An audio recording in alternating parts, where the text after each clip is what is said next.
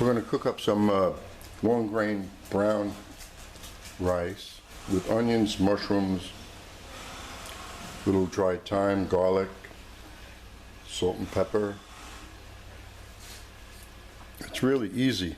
All you got to do, we're going to cook all of this first and get all the moisture out of the mushrooms, because if you don't, the rice will probably be a little overcooked, because these mushrooms give off a lot of liquid. Put some olive oil in there or butter. And this will take a few minutes. We'll just cook this until you see almost no liquid left. There's another way of doing this. You could saute all of this separately, then you have to use another pot or saute pan, and then you just mix it into the rice. Nothing wrong with doing it like that, but this way it's just one pot. Put the salt and pepper in there already. And now we'll just let this cook down. I have my water and my stock, any kind of stock you like. Even if it's fish stock, if you want that flavor, it doesn't matter. So all I can say is that let's not waste the film watching this when you know that you're going to stand here and stir it for a few minutes and then leave it alone for a few minutes until it evaporates. So let's walk away, cut the film, and come back in a few minutes. It's been about 10 minutes. I lowered the flame, but you can see, notice how the mushrooms shrink, so do the onions. Look like a lot of mushrooms when we started, but really not.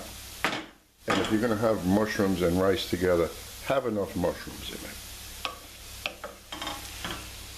This aroma, just the mushrooms, onions,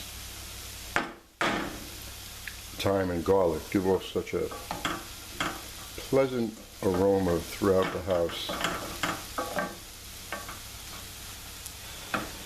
I just say if you put the right ingredients, you don't have to use thyme, but I happen to love the taste of thyme. You could put basil, oregano, you could put curry, you could put 1,000,001 spices in there, whatever you like.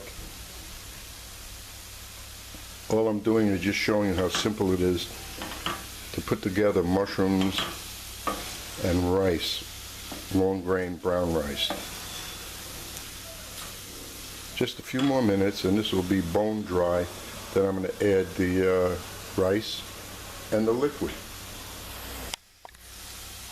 If you can see, which you probably can, it's just starting to stick a little bit. That means all the moisture's gone. Now I'm going to raise the flame,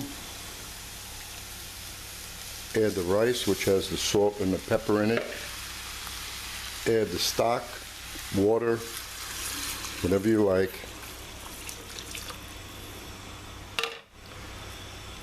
The second this thing, that's a high flame now. As soon as it starts to boil, I'm going to put the lid on it and put it down the lowest setting on a simmer. And come back in a half hour and let's see how things are. Now, you can cook this rice in a rice steamer, in a rice cooker. I usually use that for making a large amount of just plain rice, like for sushi. But I like this, it's just easy for me to work with. And sometimes the rice cooker, maybe I don't have the best one on the market, but dead center on the bottom, sometimes it's brown a little bit. So this way, I never have a problem. Okay, boils, reduce flame, cover it, come back in a half hour. I promise I will. But I'm not going to stand here and let you watch the water boil. So now we have a rolling boil, and that's what you want. Now drop it down to a simmer, cover it, and I'll see you in a half hour. I will not lift this for 30 minutes. So now we're done, and I put a couple of tablespoons of chopped parsley in there for color and for slight taste. And as you can see, the rice is nice and fluffy and a good amount.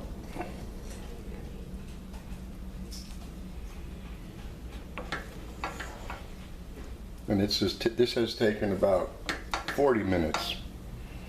And I put a quarter of a cup less than what the package said for the amount of liquid to go for 3 cups.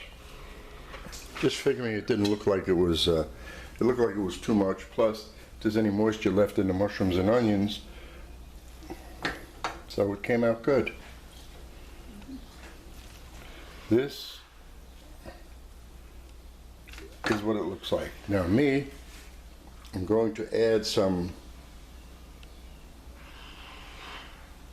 sriracha hot chili sauce because I like it spicy, and this is going to go with some